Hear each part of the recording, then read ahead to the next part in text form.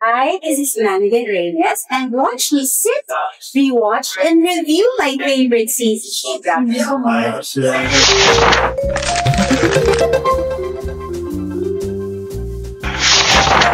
Ito yung Shake, Rattle, and Roll 8 na LRT ang title ng episode.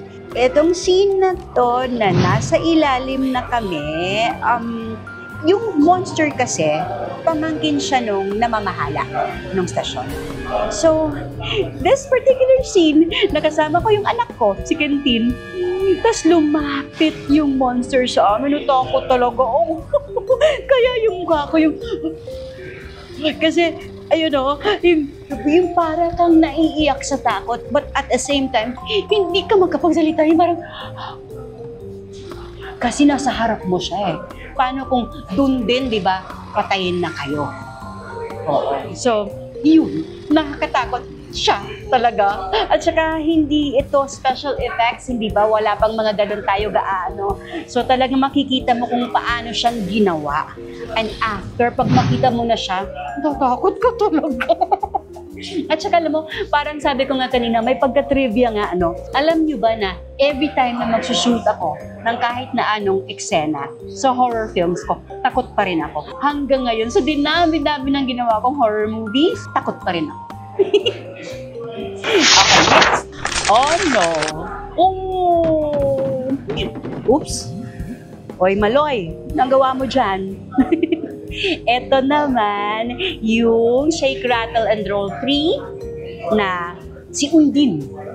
Nanay ang title, no? Si Undin ay creature galing sa saan ba? Sa Taal, no? Oo. So, tubig siya, tapos nakuha namin yung eggs, tapos nahanap niya.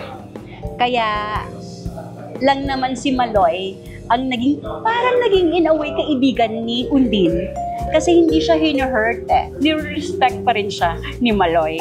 Yung iba kasi, di ba parang binubuli siya. Ganon.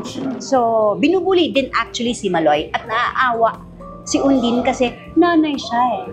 Di ba yung ganun talaga eh, yung sa end ng day na yon, sa lahat ng pinagdaanan niya, nanay pa rin siya na hinahanap niya lang. So, ayaw niyang naaapi or nasasaktan yung anak niya. Parang naging ganun din yung tingin niya kay Maloy. Yun ang tingin ko, ha? So, itong eksenang to na nasa cooler siya, nasa jug siyang ganun. Dalawang ginamit namin. Meron kaming mechanical at meron din naman talagang mano-mano naman talaga. At si Undin, share ko lang, hindi ako takot sa kanya sa totoong buhay kasi cute siya. Totoo, cute si Undin. Pag nagsashoot nga kami, nung lalaro-laro pa akong ganon. So, dito naman, ang hindi ko makalimutang eksena na laging ginagaya din ng mga tao ay yung akul. Scooting. Ito na yung itlog niya. And of course, this one. Ito yung Shake, Rattle, and Roll 2 o Aswang ang title ng episode with Mr. Res Cortez, Ana Roses, at ang husband ko, si Aljon, si Anjo Iliana. Ito yung scene na sinasabi ko na hindi ko ma-forget. Yung pinagpalit ni Portia, yung inumin, binigay niya doon sa anak ng aswang mismo. Kaya yun ang napatulog at yun ang nila. Kaya galit na galit sila kay Portia. At yung isa naman eksena na hindi ko makalimutan ay yung nasa ruins ako ng simbahan, ng chapel, hawak kayong krus, tapos nakapalibot yung mga aswang. So sabi ko sa kanila, hindi kayo makakalapit. Yon. So, yeah. Dito takot ako kasi nung sinushoot namin to, Tito Peke, the late Peke Galiaga, Tito Adiki, Tito Loria Reyes, kapag tatakbo ka, naka-crazy shot, diba?